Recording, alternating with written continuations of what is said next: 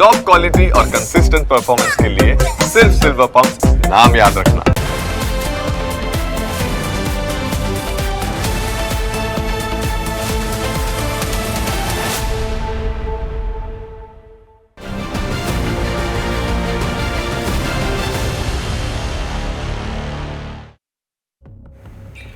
આજે દિલ્હીની સાથે રાજકોટ પણ ચર્ચામાં રહ્યું, કારણ કે દિલ્હીના મુખ્યમંત્રી રેખા ગુપ્તા પર રાજકોટના એક યુવકે હુમલો કર્યો. પણ સવાલ એ હતો કે દિલ્હીના સીએમ પર હુમલો કેમ કરવામાં આવ્યો? એવું તો કયું કારણ હતું કે રાજકોટના રાજેશ ખીમજીભાઈ સાકરિયાએ સીધો દિલ્હીના મુખ્યમંત્રી રેખા ગુપ્તા પર હુમલો કર્યો. દિલ્હીના મુખ્યમંત્રી રેખા ગુપ્તા એક જનસુનાવણી કાર્યક્રમમાં વ્યસ્ત હતા, લોકોને મળતા હતા, તેમની વાતો સાંભળતા હતા અને ત્યાં જ એક યુવાન આવે છે, તેમના પર હુમલો કરે છે. મુખ્યમંત્રી પર હુમલો થાય એટલે સ્વાભાવિક રીતે સુરક્ષા સામે સવાલો પણ ઊભા થાય, કારણ કે રેખા ગુપ્તા કોઈ સામાન્ય વ્યક્તિ નહીં, દિલ્હીના મુખ્યમંત્રી છે. ઘટના બાદ પોલીસે તપાસ તેજ કરી તો તેનું પગેરું છેક રાજકોટ સુધી પહોંચ્યું અને નામ ખુલ્યું રાજકોટના કોઠારિયા વિસ્તારમાં આવેલા ગોકુલ પાર્ક શેરી નંબર 2માં રહેતા રાજેશ ખીમજીભાઈ સાકરિયાનું. ન્યૂઝ કેપિટલની ટીમ પણ રાજેશના ઘરે પહોંચી અને જોયું તો રાજેશનું ઘર સામાન્ય હતું, પરિવાર પણ સામાન્ય હતો. તેમની સાથેના વર્તનથી એવું લાગતું ન હતું કે રાજેશ આ પ્રકારનો વ્યક્તિ હશે, પણ ત્યાં જઈને જોયું તો ચિત્ર કંઈક અલગ જ હતું.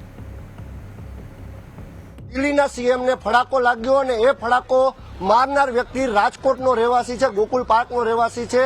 અડોશ પડોશના લોકો પણ અત્યારે કહી રહ્યા હતા કે રિક્ષા ચલાવવાનો ધંધો આ કરે છે, પરંતુ શા કારણે આ કૃત્ય કર્યું તે અમને ખ્યાલ નથી. આખા કેસમાં પોલીસે તપાસ તેજ કરી છે કે કયા કારણોસર રાજેશને ગુસ્સો આવ્યો અને તેણે હુમલો કર્યો. પોલીસે તપાસ કરતા કંઈક અલગ જ કારણ સામે આવ્યું અને કારણ એ હતું કે રાજેશ પશુ પ્રેમી હતો. શ્વાન માટે તે ગમે તે કરવા માટે તૈયાર હતો. દિલ્હીમાં શ્વાનના સમાચાર સાંભળી તે દિલ્હી પહોંચ્યો અને ત્યાં જઈને તેણે આ કૃત્ય કર્યું. પણ ઘરે તે શું કહીને નીકળ્યો હતો તે રાજેશની માતા પાસેથી સાંભળો.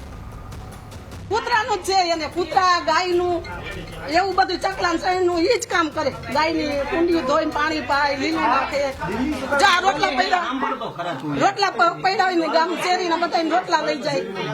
હા, એ જ કામ કરે.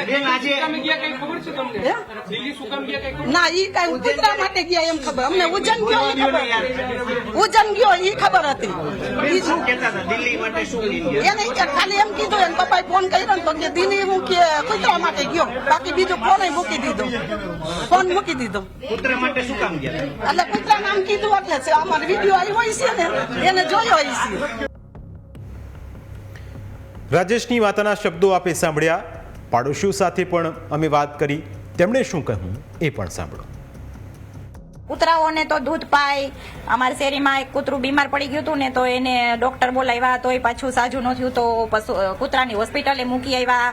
અહીંથી ન્યાય એને મંદિર છે ને કેવડાવાડીમાં બનાવ્યું છે, ન્યાય કૂતરા છે, એને દૂધ પાય દરરોજ. અહીંથી શેરીમાંથી બધાની રોટલી વધે ને એ અમે એને દઈ આવીએ, એટલે મોટું જબલું ભરીને અને ત્યાં ગાયો છે એના માટે લઈ જાય.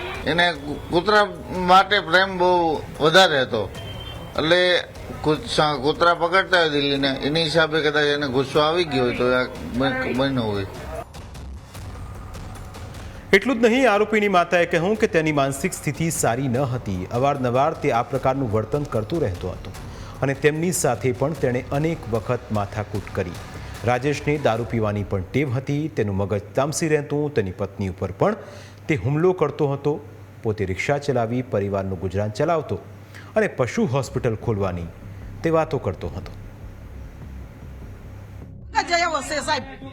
ઈ ગમે ને મારી દે ને મને કરી મારી દીધી. હું 15 દી વહી ગઈ હતી. એનો મગજ ખારો હોય ને કોઈનું પાટલો લઈને મને મારવા, એવો મગજ છે હાવ.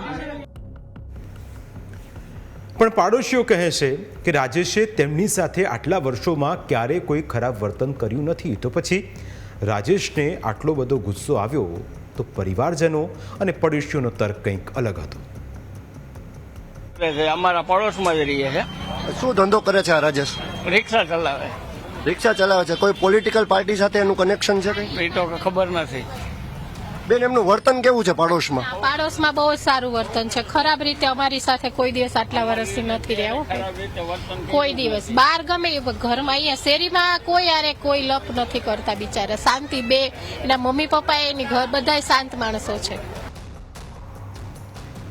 જોકે રાજેશ સાકરિયાનો ઇતિહાસ ગુનાહિત રહ્યો છે. રાજેશ સાકરિયા સામે અત્યાર સુધીમાં મારામારી અને પ્રોહિબિશનના 5 કેસ નોંધાયેલા છે, જેમાં 4માં તેનો નિર્દોષ છુટકારો થયો છે, જ્યારે એક કેસ હજુ પણ પેન્ડિંગ છે. વર્ષ 2017માં રાજેશ સામે હથિયારો સાથે મારામારીનો કેસ નોંધાયો હતો અને 2019માં તેનો નિર્દોષ છુટકારો થયો હતો. વર્ષ 2020માં તેની સામે દારૂની હેરાફેરીનો કેસ નોંધાયો હતો અને 2023માં તે નિર્દોષ છૂટી ગયો હતો. વર્ષ 2020માં દારૂનો વધુ એક કેસ નોંધાયો હતો અને 2021માં તે નિર્દોષ છૂટી ગયો હતો. વર્ષ 2022માં દારૂની હેરાફેરીનો કેસ કોર્ટમાં હજુ પેન્ડિંગ છે. વર્ષ 2024માં મારામારીનો કેસ નોંધાયો, નિર્દોષ છુટકારો તેમાં પણ થયો અને હવે વધુ એક કેસ આ રાજેશ સામે નોંધાયો છે. આખા ઘટનાક્રમ બાદ મનોચિકિત્સક શું કહી રહ્યા છે તે પણ સાંભળો. પશુ પ્રેમમાં લાફો મારો એ કોઈ પણ રીતે વ્યાજબી નથી ગણાતું કે તમે રાજકોટથી દિલ્હી ટ્રાવેલિંગ કરીને જઈને મુખ્યમંત્રીને લાફો મારો. તો ક્યાંક ને ક્યાંક પશુ પ્રેમ કરતા વધારે વસ્તુ તમે એક વસ્તુ સાથે જોડાયેલા રહો અને તમારી વિચારસરણીને જ જો તમે સાચી માનવા લાગો કે તમે એક સોશિયલી આઇસોલેટેડ લાઈફ જીવો છો, પશુઓ સાથે જોડાયેલું જીવન જીવો છો અને તમે ધીમે ધીમે તમારી માનસિકતા એ ટાઈપે ડાયવર્ટ કરી નાખી છે કે હું જે વિચારું છું સાચું છે અને જે કંઈ થઈ રહ્યું છે ખોટું છે અને આવી ઘટનાઓ ના થવી જોઈએ. તો ઘણી વખતે પોતાની રૂડ થિંકિંગ સાથે એક ટિપિકલ થિંકિંગ સાથે જોડાયેલા લોકો જે હોય એ ઘણી વખત પોતાની થિંકિંગ સાથે જોડાયેલો અન્યાય સહન ના કરી શકે. તો આખી ઘટના ચર્ચામાં છે. રેખા ગુપ્તા 2025થી કાર્યરત છે અને તેઓ શાલીમાર બાગથી ધારાસભ્ય છે. તેમની સરકારે 100 દિવસમાં રસ્તાઓ અને માળખાગત સુવિધાઓ સંબંધિત અનેક યોજનાઓ શરૂ કરી.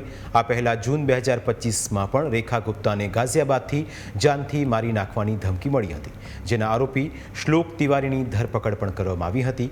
આ ઘટનાઓથી દિલ્હીની સુરક્ષા સામે પણ સવાલ ઊભા થયા છે. પ્રાઇમ 9માં સમય થયો છે બ્રેકનો. બ્રેક બાદ અન્ય મુદ્દા વિશે વાત.